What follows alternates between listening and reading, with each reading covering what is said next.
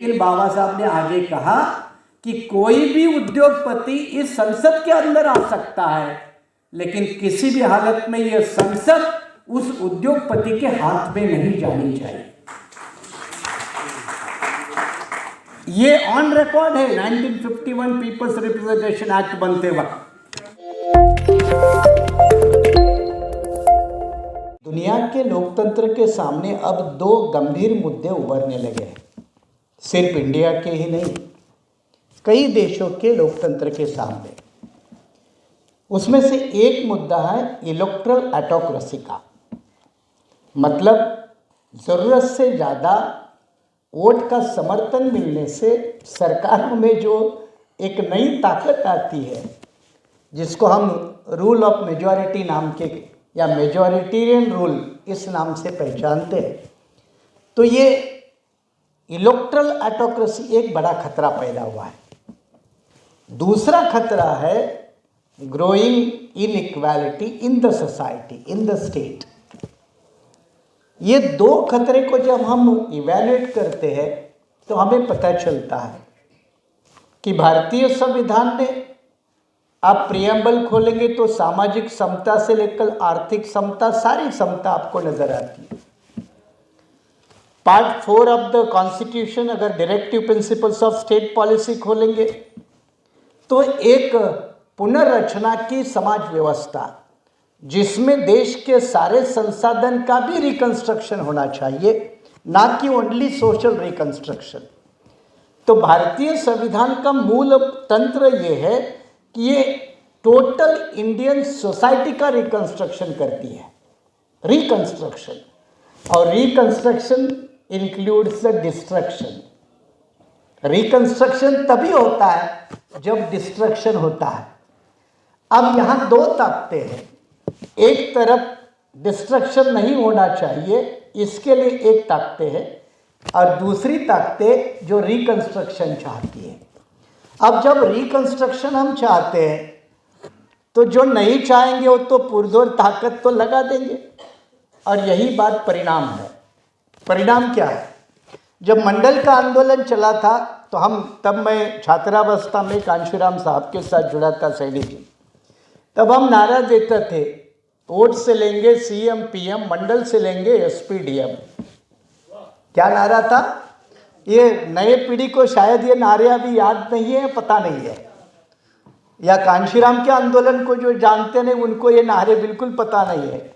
मंडल के समय में ये नारा था, वोट से लेंगे सीएम पीएम, मंडल से लेंगे एसपी डीएम।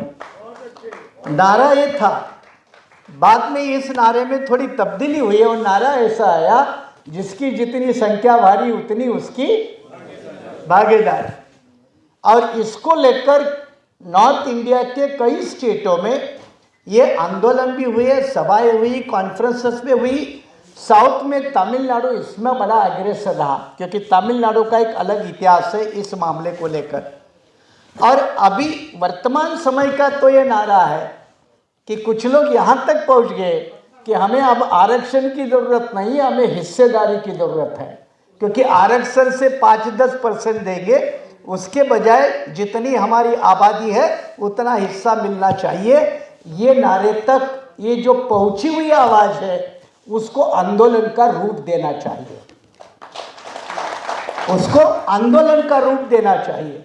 और ये आंदोलन का रूप देने के लिए ये अलग अलग समाज के मुद्दे मसाले समझकर हमने उसको इकट्ठा करके एक मजबूती का आंदोलन फिर से दोबारा इस भारत में खड़ा करने की ज़रूरत है। उसके अलावा हमारे पास कोई रास्ता नहीं है। ये जब सच्चाई है तो कुछ चीज़ों को एक्सेप्ट करना ही पड़ेगा, और जब एक्सेप्ट करने की ज़रूरत है तो मैं टेक्निकली आंकड़ों में नहीं चला जाऊंगा। अब मंडल की बात, मंडल इम्प्लीमेंट होकर 50 साल से ज़्यादा हो गए। मंडल के बाद नच्छीपन कमीशन आयोग आया, जो तमिलनाडु के मेंबर ऑफ पार्लियामेंट थे, उनका भी कमीशन का रिपोर्ट आया, और वो ये कहता है कि भले 52% ओबीसी है, लेकिन सरकार में इनकी भागीदारी 12% से ज़्यादा नहीं है, 12% से ज़्यादा नहीं है। बेचारा हमारा आदिवासी भले 9.8.6% है, 9% है, लेकिन ये 3%, 2% से ज़्यादा कहीं नहीं है।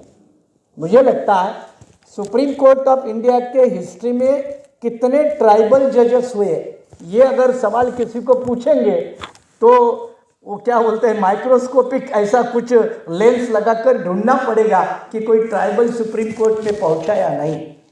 ये जब दिखता है तो हमें पता है कि हमारी भागीदारी नहीं है, बिल्कुल नहीं। अब भागीदारी क्यों नहीं है? देना नहीं चाहते एक अलग बात है, देना नहीं चाहते और क्यों नहीं देना चाहते तो उसके भी कई कारण हैं जो मनुवाद का एनालिसिस हमारे सैनी जी कर रहे थे। एक वो बड़ा केडर कैंप का मुद्दा होता है, इसलिए उसके तरफ नहीं जाएंगे। लेकिन एक बात ध्यान में रखिए, बाबा साहब का संविधान सभा का आखिरी भाषण है। उस भाषण में बाबा साहब कहते हैं कि इस देश में पावर एंड प्रॉपर्टी हमेशा कुछ तबकों की प्रॉपर्टी है, कुछ लोगों की प्रॉपर्टी है। Power is always privilege of so called upper class. ये आज भी सच्चाई है और इसलिए हमारी शासन प्रशासन में कोई भागीदारी नहीं है। भागीदारी नहीं है, उसके पीछे और कुछ कारण है। कारण ये है कि अर्थव्यवस्था को भारतीय संविधान क्या कहता है? आप 39B एंड C आर्टिकल, धारा 39B एंड C ये कहता है कि देश के सारे संसाधन मुट्ठी भर लोगों के हाथ में इकट्ठे नहीं होने चाहिए, बराबर। दूसरी धारा ये कहती है कि अगर देश के सारे संसाधन मुट्ठी भर लोगों के हाथ में इकट्ठे हो गए तो ये देश के लिए खतरा है, डेट्रीमेंटल है। अब ये भारतीय संविधान कहता है। जब भारतीय संविधान ये खुलकर कहता है कि देश के सारे संसाधन मुट्ठी भर लोगों के हाथ में इकट्ठे नहीं होने चाहिए, अगर ऐसा हुआ तो देश को खतरा है, तो आज हालात वही है। आज हालात वही है। जब वो हालात वही है तो हम संविधान के दायरे में बाकी जो मांगते हैं वो कितना हमें हासिल होगा, चाहे वो सोशल जस्टिस का मामला हो, चाहे शासन प्रशासन का भागीदारी का मामला हो। और ये जब हासिल नहीं होता उसके लिए सरकारों की नीतियाँ जिम्मेदार होती है। सरकार की नीतियाँ, पॉलिसी ये जिम्मेदार होती है। और यहाँ पॉलिसी का शब्द जैसे मेरे मुंह में आया तो मुझे याद आ गया कि भारत की जितनी भी पॉलिसी बनती है उस पॉलिसी बनाने में हमारे कितने लोग हैं, SC के कितने, ST के कितने, OBC के कितने, माइनॉरिटी के कितने। एग्रीकल्चर पॉलिसी कौन बनाता है, इंडस्ट्रियल पॉलिसी कौन बनाता है, फॉरेन पॉलिसी कौन बनाता है, इकोनॉमिक पॉलिसी कौन बनाता है, कितने हैं हमारे? लगभग नाक के बराबर। पिछली बार जब बजट की बात हुई तो बजट वो बनाने वाले जब वो बंद कमरे में रहते ना 2-4 महीने, तो उनको खाना खिलाने वाले जो हलवाई होते उसमें भी हमारी हिस्सेदारी नहीं होती, यहाँ तक मामला पहुँच गया। तो ये हिस्सेदारी जो मारने का बड़ा प्लान है वो एक नेशनल कॉन्स्पिरेसी लेवल का होती है। अब इसमें एक और फैक्टर काम करता है जो आपके सामने बताना ज़रूरी है, और वो फैक्टर ये है कि कारपोरेट क्लास इसमें बड़ा रोल अदा करता है। कारपोरेट क्लास एक बड़ा रोल अदा करता है और कारपोरेट और गवर्नेंस वाले इनका मिला जुला अगर इकट्ठा हो गया तो समझ लेना आपकी तबाही है, आपकी तबाही है। और ये मुद्दा पीपल्स रिप्रेजेंटेशन एक्ट 1951 जब बन रहा था तो ये पार्लियामेंट में डिस्कशन हुआ था इसके ऊपर।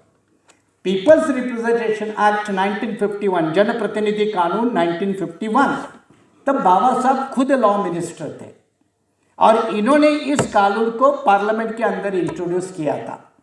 और जब उसके ऊपर बहस चल रही थी तो एक सदस्य ने, मेंबर ऑफ पार्लियामेंट ने सवाल पूछा कि क्या बाबा साहब पीपल्स ऑफ रिप्रेजेंटेशन एक्ट के अंदर कारपोरेट लोग चुन के आने चाहिए पार्लियामेंट में? उद्योगपति धन्ना शेठ लोग क्या पार्लियामेंट में आने चाहिए?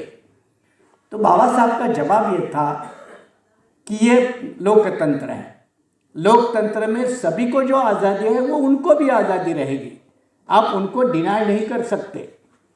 इसलिए कोई भी धन्ना सेठ, कारपोरेट, उद्योगपति पार्लियामेंट में के अंदर आ सकता है, उसको वो हक है, संविधान उसको ना नहीं कह सकता, ये डिस्क्रिमिनेशन होगा। लेकिन बाबा साहब ने आगे कहा कि कोई भी उद्योगपति इस संसद के अंदर आ सकता है, लेकिन किसी भी हालत में यह संसद उस उद्योगपति के हाथ में नहीं जानी चाहिए। ये ऑन रिकॉर्ड है 1951 पीपल्स रिप्रेजेंटेशन एक्ट बनते वक्त। किसी भी हालत में यह संसद उन कारपोरेट क्लास के हाथ में, उन उद्योगपतियों के हाथ में नहीं जानी चाहिए। अब तो सारे हिंदुस्तान चला गया। जब चला ही गया तो हम अपनी हिस्सेदारी कैसे लेंगे, सवाल ये है। और सवाल का जवाब भी है, फिर वही जवाब आता है, वोट से लेंगे सीएम पीएम, मंडल से लेंगे एसपीडीएम। अब एसपीडीएम तक तो कई लोग पहुंचे, लेकिन सीएम पीएम का मामला अभी भी बाकी है।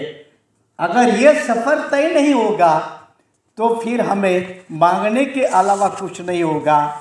जो हुक्मरान नहीं होता उसको मांगना पड़ता है, और जो हुक्मरान होता है वो देने का काम करता है। अब हमें ये जो फासला है दोनों के बीच का, तो जो वर्तमान स्टेटस और एक्सपेक्टेड स्टेटस, इसकी जर्नी करना बहुत ज़रूरी है, ये तैयारी करना बहुत ज़रूरी है। और उसी दिशा में जाने के लिए ये वर्कशॉप फिर अगेन एक माइलस्टोन मूवमेंट। और हम बाकी लोग भी सोच रहे हैं, सैनी साहब, ये सिर्फ वर्कशॉप तक सीमित नहीं होगा। मान लो अभी ये खाली 4 है, कल कोई उत्तराखंड वाले करेंगे, कल कोई यूपी वाले करेंगे, सैनी साहब भी खुद अपने हरियाणा में भी कर सकते हैं, करेंगे।